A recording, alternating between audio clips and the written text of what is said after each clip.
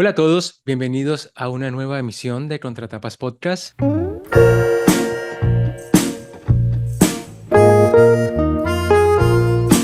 Mi nombre es Yamit Zuluaga y me acompaña Florencia Puddington. Hola Flor, un nuevo capítulo más y un nuevo libro.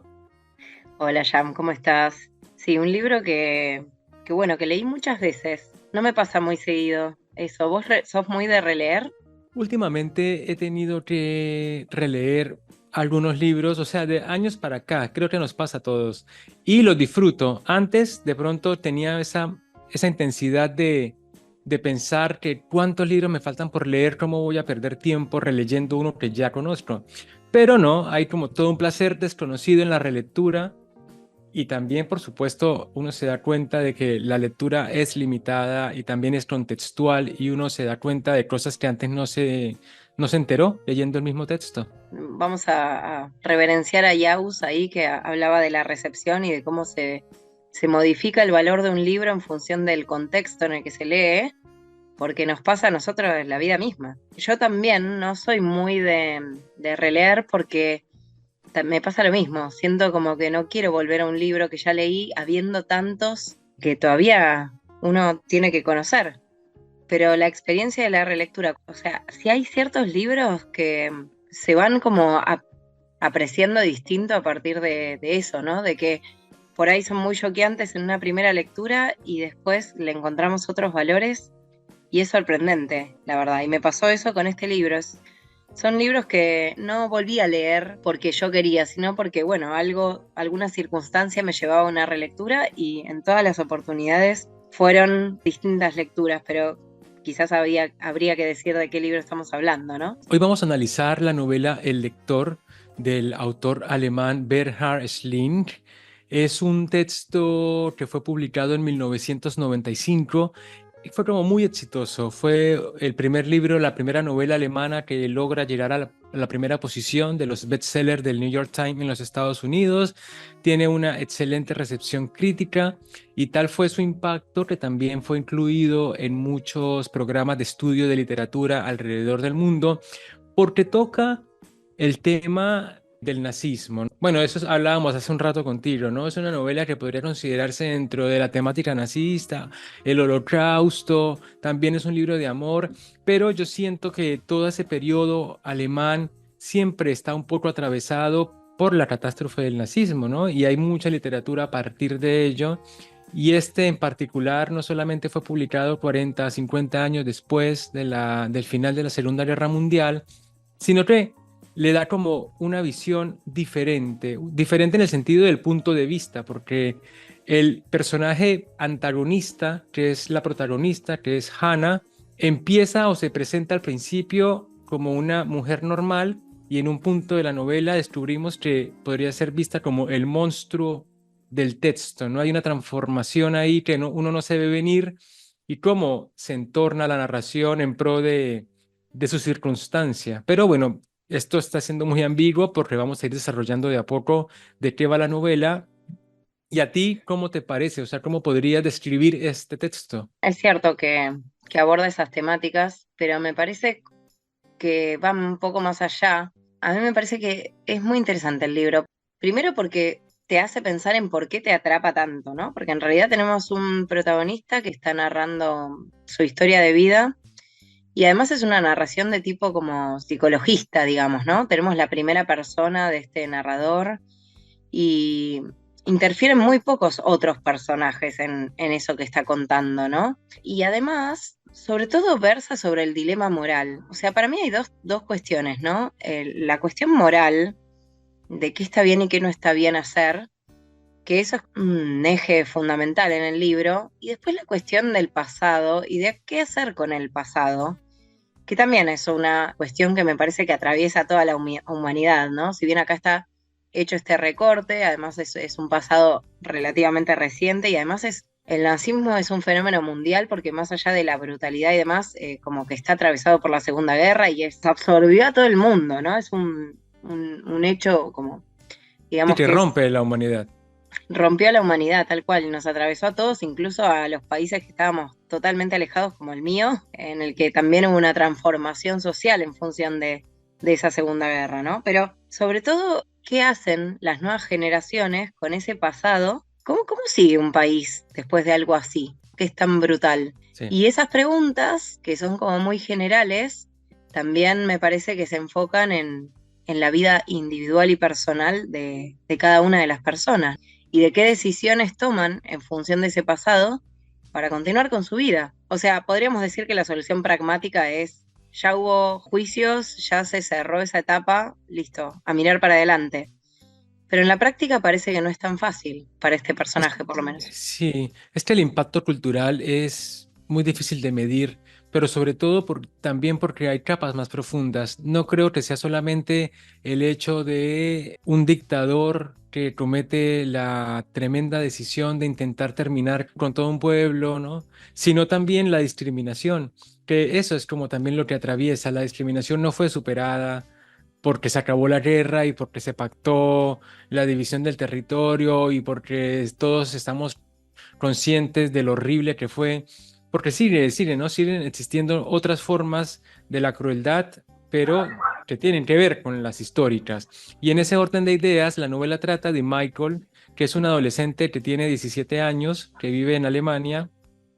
Y en una tarde cualquiera, de regreso a casa, él empieza a vomitar, se descompone y es asistido por una mujer que lo lleva a su casa, un poco locura, ¿no? Le hace pasar, lo limpia, qué sé yo, y a partir de ahí empiezan a tener como una relación.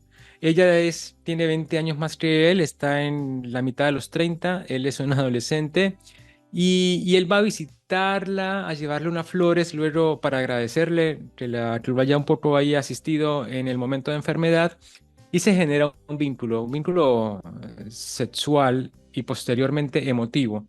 De esa descripción va la primera parte de la novela. La segunda parte de la novela trata de que ya Michael creció, entró a la facultad de Derecho y tiene que ir a asistir a un juicio acusando a unas mujeres que eran guardianas de un grupo de judías o de judíos en la Segunda Guerra Mundial y una de las guardianas es Hannah. En un punto desaparece, cuando reaparece en su vida es descubriéndola a ella como una figura de autoridad nazi que está siendo acusada por un acto de crueldad. Y la tercera parte de la novela es cuando él ya grande, ya después de una hija, de un divorcio, la reencuentra a ella también, porque un poco es su único contacto y está en la cárcel a punto de salir después de haber cumplido la condena.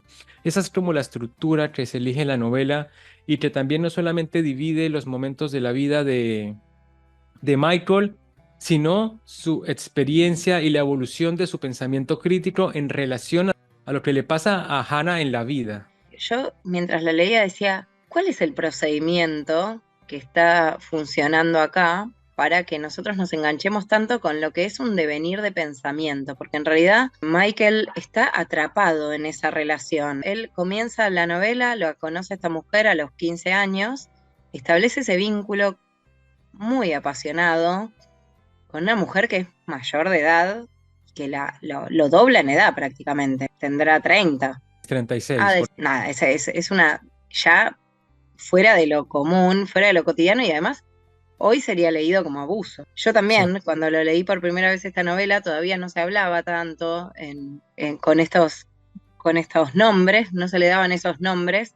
Me parecía inusual la relación, pero creo que no le di la trascendencia que por ahí uno comprende después, ¿no? Pero ahí hay algo que ya nos habla, un poco del desparpajo de Hannah y otro poco de la marca emocional que va a establecer o en el alma de Michael y que un poco explica también esa imposibilidad de salirse de ese vínculo con ella. Es su primer amor y además termina de un modo muy tajante. Es un vínculo que, claro, él todavía se está formando como individuo y seguramente en ese sentido también lo emocional pesa mucho más que en una edad adulta y ella desaparece de un día al otro. Eso también, ese gosteo que le hace, es un poco fuerte Sí. a los 15, ¿no? Sin darle ninguna explicación. Un día se muda y desaparece y ya está, y no siente necesidad de darle una respuesta. Eso genera una marca emocional muy grande en Michael que nos vamos dando cuenta que no tiene buenos vínculos afectivos en su familia, o sea, no hay un lazo muy cercano con sus padres o hermanos, y tampoco logra establecer ningún vínculo de amistad profundo en su vida, bueno, como joven y después como adulto, ¿no? O sea, yo creo que todo eso se explica en bastante medida a partir de esta relación fallida, ¿no? Que tiene en la adolescencia, esa situación de abuso de poder y de abuso físico, porque también ella lo golpea varias veces, ¿no? De una manera muy brutal. A mí me pareció que la primera lectura que hice se me pasó por alto todo eso. Yo decía, a mí este libro me llama la atención por cómo está compuesto, porque en realidad pareciera como que es una narración muy clásica, ¿no? O sea, es un libro realista, digamos, de esos libros miméticos que buscan como representar verosímilmente un episodio, pero en realidad el eje está puesto siempre en esa primera persona narradora. Casi no hay intervenciones de las otras voces, incluso Hannah, que es el objeto de análisis de él todo el tiempo, a lo largo de todo el libro, no aparece muy poquito, hay muy pocos diálogos, muy pocas intervenciones con otros, y entonces eso lo que genera es un gran misterio, ¿no? Un gran misterio en torno a la figura de Hannah, que no terminamos de conocer del todo. Lo que nos comparte este narrador es ese signo de pregunta que lo acompaña todo el tiempo. Creo que una de las razones por las que no puede desprenderse de esta historia, de este vínculo que él tuvo a los 15 años, una tiene que ver con el daño emocional que le generó y otro tiene que ver con esa imposibilidad de descifrarla, de entenderla en su lado bueno y en su lado malo. O sea, de no poder hacer convivir en su mente de una manera orgánica a esos dos aspectos de una misma persona que le parece como imposible que coexistan. No sé vos cómo lo viste eso. Sí, bueno, varias cosas. Yo empezaría por lo que tú arrancaste y es esa relación transgeneracional. Ella le dobla la edad y hoy podríamos leerlo como abuso porque estamos inmersos en ese tipo de debates. También ahí se abre la posibilidad de no ser tan tajante porque ella también tiene casi nada de cultura, o sea, no es una persona que provenga de la clase media o alta, es una mujer bastante básica, casi diríamos que sobreviviente en el sentido más práctico de la palabra. Ella trabaja, come, para un alquiler, pero no hay como un interés del debate crítico social, porque sí que le interesan mucho los libros y lee mucho, pero no es que relacione, o a mí no me parece que relacione eso que lee con el reflejo del conocimiento en la existencia de la vida. Le llegan novelas, le causan emoción, no le causan emoción, le gusta o le disgusta, pero, o sea, la lectura teórica no es lo suyo y en ese orden de ideas también me pregunto, ¿no? ¿Es ella consciente o podría ser el personaje consciente de que la relación con Michael tiene algo de como de Inapropiado. anormal o de, claro, exacto, porque uno la conoce y bueno, también ella es también la gran víctima, ¿no? De todo un momento histórico, podríamos decirlo, y al mismo tiempo es la verdugo, que es difícil justificarla, pero también no es tan fácil condenarla, que creo que es lo que la novela bien evidencia, ¿no? La complejidad del ser humano y cómo eso puede ser visto desde un punto diferente. Y luego también lo que tú decías me parece esencial, que es la cuestión de la culpa. Hannah tiene culpa por lo que hizo, aunque no entienda muy bien por qué se le juzga o por qué fue mal lo que hizo, que esto remite, me hace acordar mucho del análisis de Hannah Arendt en cuanto a, ¿no? a los juicios de Nuremberg, pero también tiene Michael una relación complicada con su padre porque no supimos muy bien cuál es el rol que el padre cumple durante el nazismo, pero también hay algo de silencio, de culpa, de lo que no debe ser mencionado. No, son como las vergüenzas que se acumulan en la vida y estas son de un tremendo peso. Luego, cuando él crece, que va a ser juez, está también la objetividad de la mirada del juez sobre Hannah. Es decir, lo que nunca pasa en la novela es que alguien tenga una certeza de algo sobre el otro. Y eso me parece encantador, que se esté uno devanando, no entre arquetipos, que es como de pronto a donde más tienden los relatos y las narraciones, sino hacia la apertura de nuevos sentimientos que no terminan de definir qué es un personaje y qué está pasando por la mente del que lee, ¿no? Me parece que justamente La idea es trasladar todos esos blancos y negros a una zona ambigua y todas esas verdades que uno tiene muy en claro, como, bueno, esto es malo, esto es bueno, acá se pone como un poco en discusión y quién actúa bien y quién no. Incluso me parece que la situación del juicio abona un poco a eso, porque nosotros vemos que la idea de justicia un poco se escapa de las posibilidades. Para empezar, es un juicio contra personas que tenían cargos muy menores y que eran personajes más relacionados con lo burocrático y administrativo que atravesaron justo casualmente una situación en un contexto en el que ya, cuando ya tan avanzada la guerra, también era muy difícil. ¿Cómo juzgas eso? Si la situación en la que se están dando los hechos está por fuera completamente del sistema de orden clásico en el que viven las sociedades, ¿no? Es una situación completamente extraordinaria. Y además, nosotros tenemos esta información extra de que Hannah no está contando que es analfabeta y que entonces también se la está juzgando equivocadamente. Pero tampoco ella está interesada en develarlo eso. Y ahí por Sí. ahí sí pesa su culpa, por ahí sí prefiere ser castigada, no solo por orgullo o por vergüenza, sino también porque se cree de todos modos culpable, también puede ser. Y después, bueno, la cuestión generacional también es un tema, porque la misma situación, ¿no? Como dice Hannah Arendt, o bueno, tantos filósofos después, ¿no? Todorov creo que también trabajó ese tema, que es cómo juzgar con leyes de hoy algo que se hizo en el pasado con otras leyes. O sea, Sí. también en otro momento por ahí podías ponerte en una situación de peligro por no responder a esas leyes que hoy por hoy nos parecen atroces. Entonces, ¿qué haces con toda esa gente? Con gente que por ahí no actuó, por ahí por temor también. No es el caso de Hannah, pero sí por ahí de toda la generación, ¿no? De los ciudadanos, de los que vivían en las pequeñas pueblos cerca de los campos, ¿no? Ahora hay un montón de documentales, bueno, no sé si un montón, pero hay ciertas documentales en donde se visitan los campos y también se visitan los pueblos y como, no se habían enterado de que estaba este campo de concentración. ¿Y qué se suponía que tenía que hacer esa gente, no? O sea, que ir ahí a inmolarse, no sé, es como muy difícil pensar esas cuestiones con ojos del presente, ¿no? Entonces me Sí. parece que está bueno ese movimiento que hace el libro, lo que muestra no es exculpar a nadie, porque me parece que también eso queda muy claro, o sea, Hannah es culpable, pero también muestra lo difícil que es abordar esos episodios sin ser injusto de alguna manera, como que no hay forma me parece, de tener una visión totalmente clara con respecto a qué responsabilidad le toca a cada uno, bueno, no habiendo estado ahí. Sí, también tienes el hecho de que por ahí Hannah hace parte de una minoría que es el analfabetismo.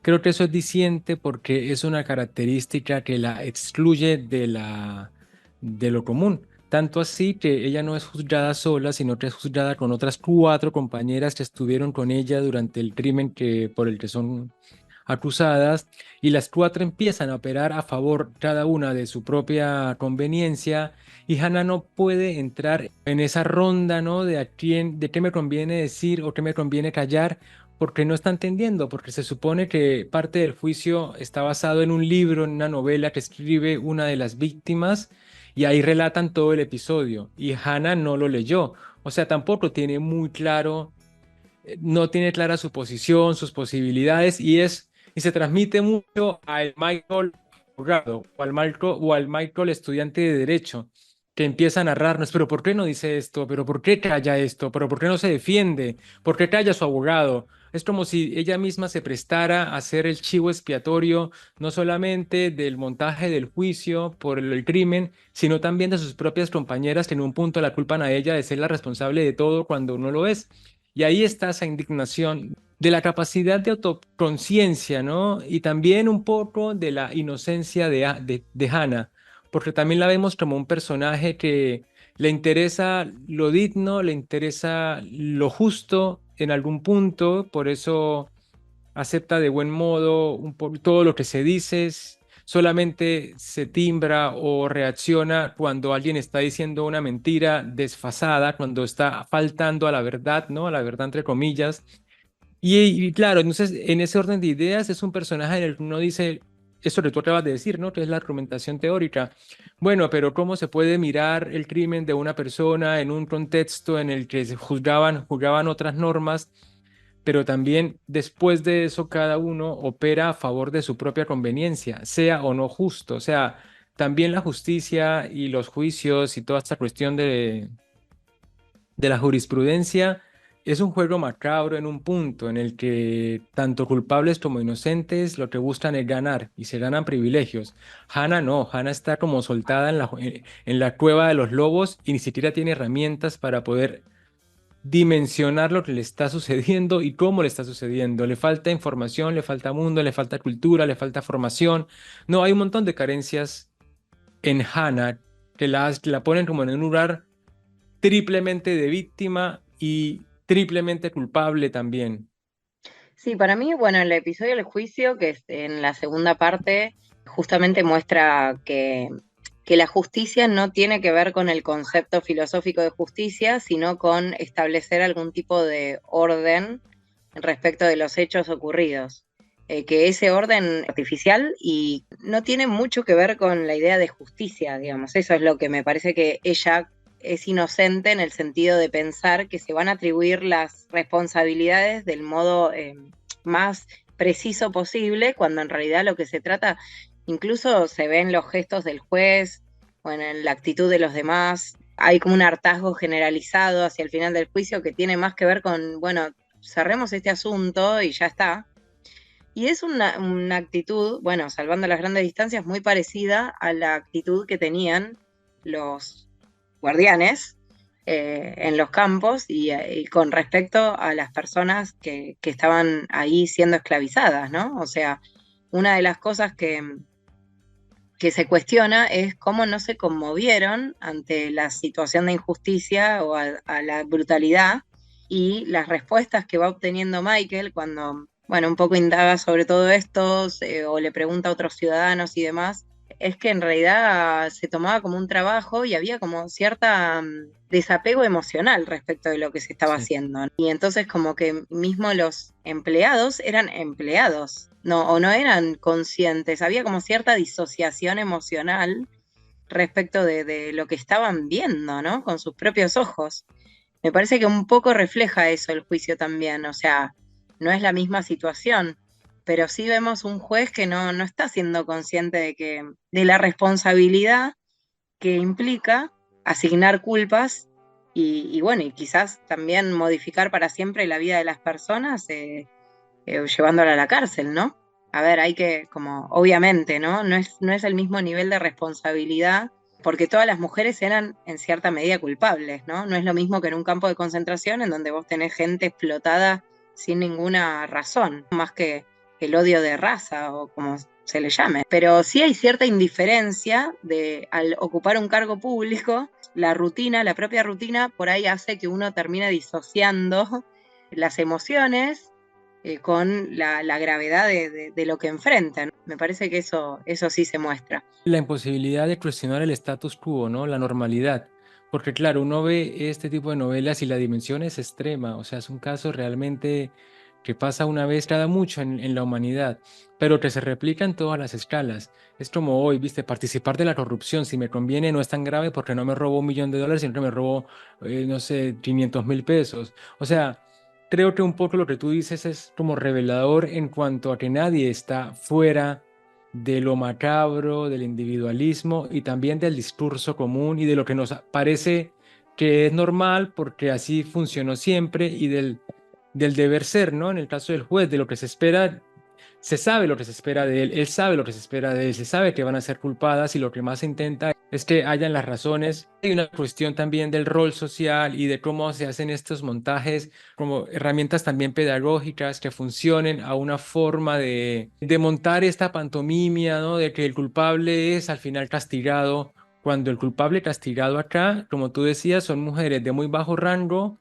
y de ahí para arriba había otro montón de gente, ¿no? O sea, por ahí la proporción es mínima y el efecto no es tan abarcativo como uno podría pensar. En función de la estructura del texto, el- me gusta esto de que se armen estos paralelismos, ¿no? Por ejemplo, el narrador está todo el tiempo quejándose de lo que hicieron las generaciones anteriores, pero lo vemos en una situación de inmovilidad muy parecida a la de su padre. O Eso, sea, el padre ha sido incapaz, como él lo rescata un poco, dice que era profesor de filosofía y que incluso tuvo un encontronazo con el gobierno cuando propuso un seminario sobre un filósofo judío y bueno, eso no gustó y lo terminaron echando. O sea, hay cierto compromiso en ese caso. No caer en la cosa cómoda de hacer nada, un seminario sobre cualquier otra figura alemana y no comprometerse con ideas que le parecían interesantes. O sea, bueno, ahí hay alguna actitud activa de parte del padre. Pero después es cierto que lo vemos a través de la mirada de Michael siempre en una actitud pasiva y ausente. Pero después vemos que el propio Michael se excluye todo el tiempo de la vida social. Le cuesta mm, incorporarse, le cuesta ser amigos, le cuesta actuar, le cuesta generar vínculos. Yo pienso que eso quizás, o sea, en el caso de Michael, esté asociado con este gran trauma que él lleva consigo. O sea, ahí hay como una disociación emocional. Esto de que la pasó tan mal con esa ruptura con Hannah cuando era joven, que como que no quiere comprometerse con nada más que implique un esfuerzo emocional. O sea, nosotros vemos toda la primera parte de la novela, creo que tiene el valor de conocer un Michael posible que no fue, sí, con ganas de hacer cosas, muy comprometido con ese vínculo con ella, desprejuiciado completamente, ¿no? Que no le molesta el que dirán, o bueno, que después nunca más vemos así, más allá sí, de sí, sí. las cuestiones que tengan que ver con ella, ¿no? Con Hannah. Y la propia Hannah también. ¿Qué te parece la personalidad de Hannah? Bueno, lo que podemos entender a partir de Michael. Yo compagino mucho con Hannah. A mí me parece que es un personaje muy bien escrito, es un personaje que actúa en vez de hablar y y que no sabe muy bien cómo moverse en la vida, ¿no? Hay como en ella un hermetismo, una distancia emocional que es muy poderosa porque tampoco quiere hacer daño per se. O sea, este no es consciente, este no tiene el nivel para hacer otra cosa que lo que puede hacer y lo que un poco le dejan hacer también. Y el peso más en ella hace como mecha es el analfabetismo, por decir que no sabe, porque en un punto se plantea eso en la novela, ¿no? Si la mujer dice que no es avergonzante ser adulto y no saber leer, porque eso se resuelve rápidamente, o sea, puede empezar a aprender, o sea, puede aprender algo tan básico, pero para ella, así como tú hablabas del trauma del primer amor de Michael, yo hablo del trauma de Hannah de verse una mujer muy inferior a toda la sociedad por el mero hecho de no saber leer. Y creo que ese peso que ella conserva es la que hace que su vida sea muy miserable.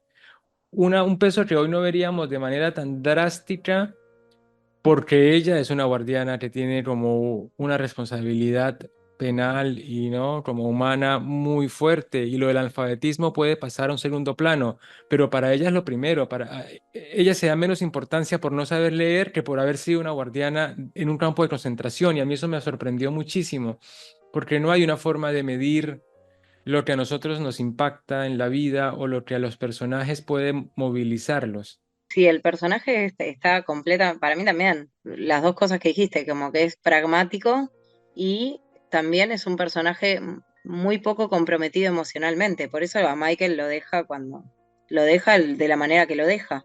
Por eso, Ojo que pero tampoco sabemos la historia de Hannah.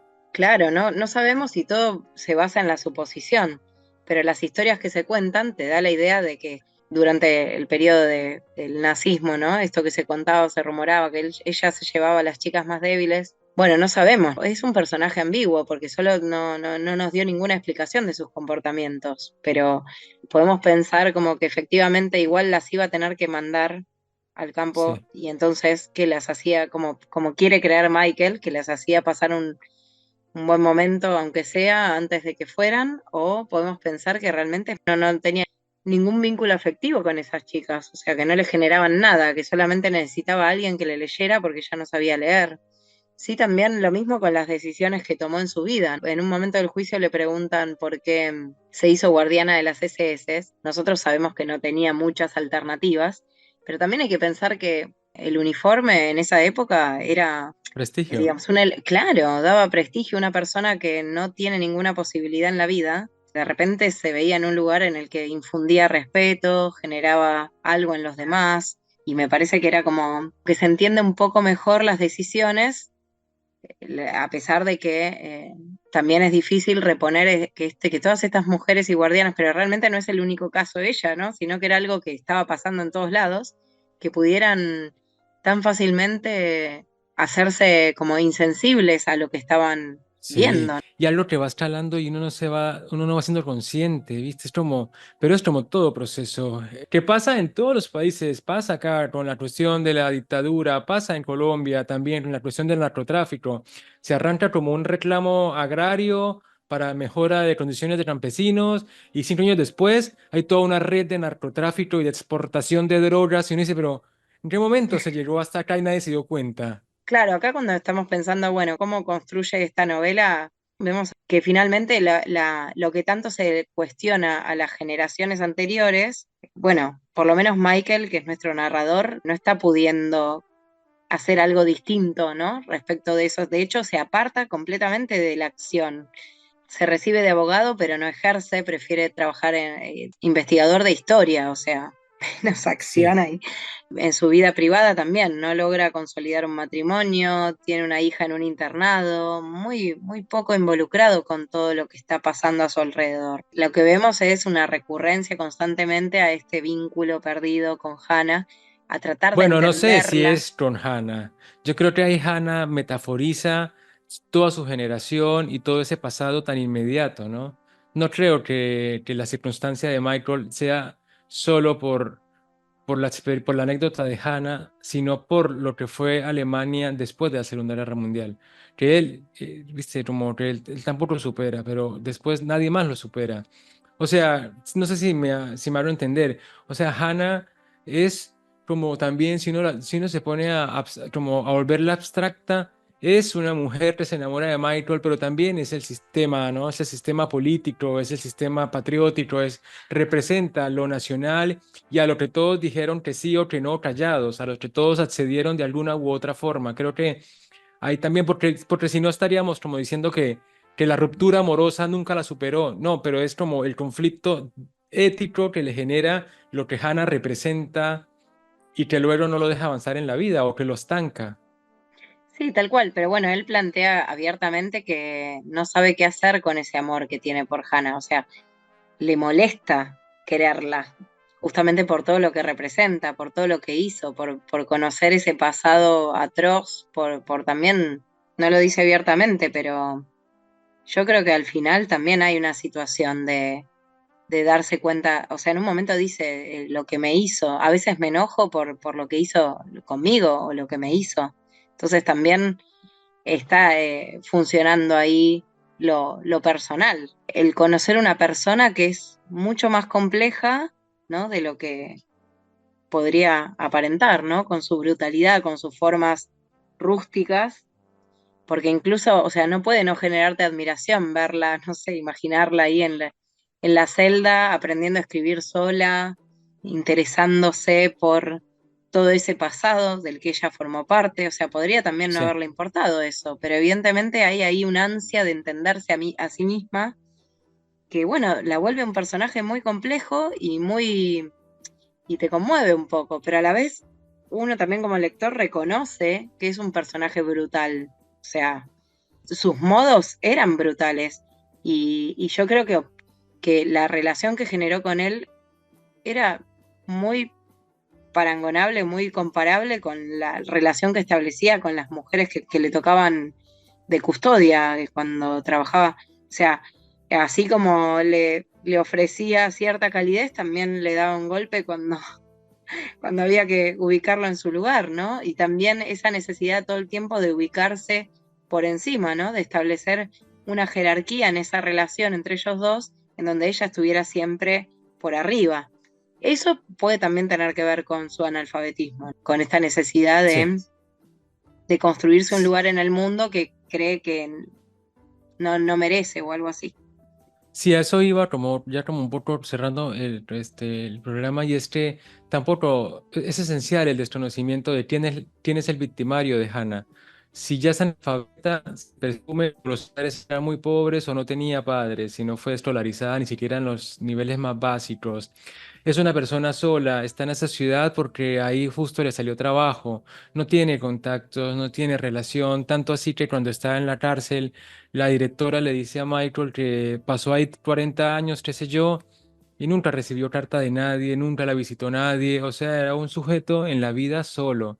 Y eso también nos debe decir mucho de la forma y también de la facilidad o de la incapacidad en que muchas personas pueden caer en ciertas circunstancias o no ser o no tener como un valor moral mucho más allá del golpe y la supervivencia.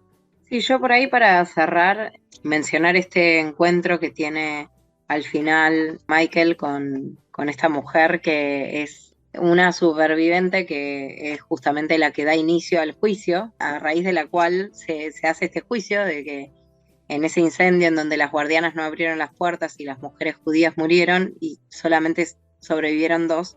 Y bueno, Michael la vuelve a encontrar al final de la novela. Y a mí me parece que está bueno porque ella es como que le muestra a Michael, termina de interpretar a Michael, está bueno ese punto de vista final que se sale del psicologismo que venimos arrastrando en las tres partes y que hace una mirada, o sea, puede finalmente mirar y entender al personaje, creo, ¿no? Hasta cierta medida.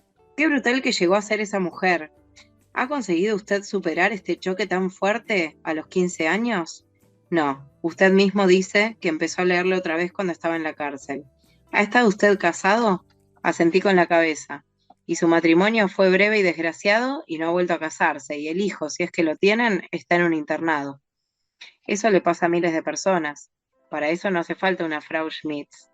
En los últimos años, cuando estaban en contacto, ¿tenía la sensación de que ella sabía lo que le había hecho? Me encogí de hombros. En cualquier caso, sabía lo que les había hecho a otros en el campo de concentración y durante la Marcha de la Muerte. No solo me lo dijo así, sino que en los últimos años dedicó mucho interés al tema. Eso le contesta Michael.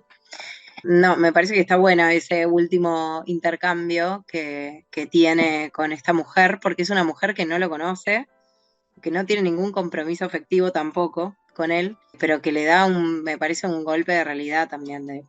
Pero vos te das Sí, cuenta de lo yo, que... claro, sí, pero Sí, yo ahí estoy en desacuerdo a ver, con esa lectura, porque no creo que la individualidad, o sea que lo que me parece al respecto es que no todos tienen la misma experiencia de vida, ¿no? Y es como si le estuviera resumiendo que su destino estaba ya marcado por las mismas circunstancias de otras miles de personas. Y ahí como que se cae el asunto de que su amor fue genuino y original y también parte de la experiencia de otras millones de personas. Es fácil, creo, en este tipo de libros decir que todos hacen lo mismo, ¿no? Y por ahí hay alguien que lo hace diferente. Y acá me parece que esta es como decir los judíos, los alemanes, los estadounidenses, ¿no? Y yo, bueno, personalmente no veo la vida así, pero entiendo que hay como cierta tendencia a categorizar un grupo social que fue atravesado por este trauma, por consiguiente los efectos que van a tener en su vida van a ser esto, esto, esto, esto, y en el 97% de los casos se cumple. para vos no fue una situación de abuso ese vínculo que tienen ellos. Si hubiera sido 2020, no sé, 2024, seguro, pero es que es lo mismo, es hacer una lectura anacrónica.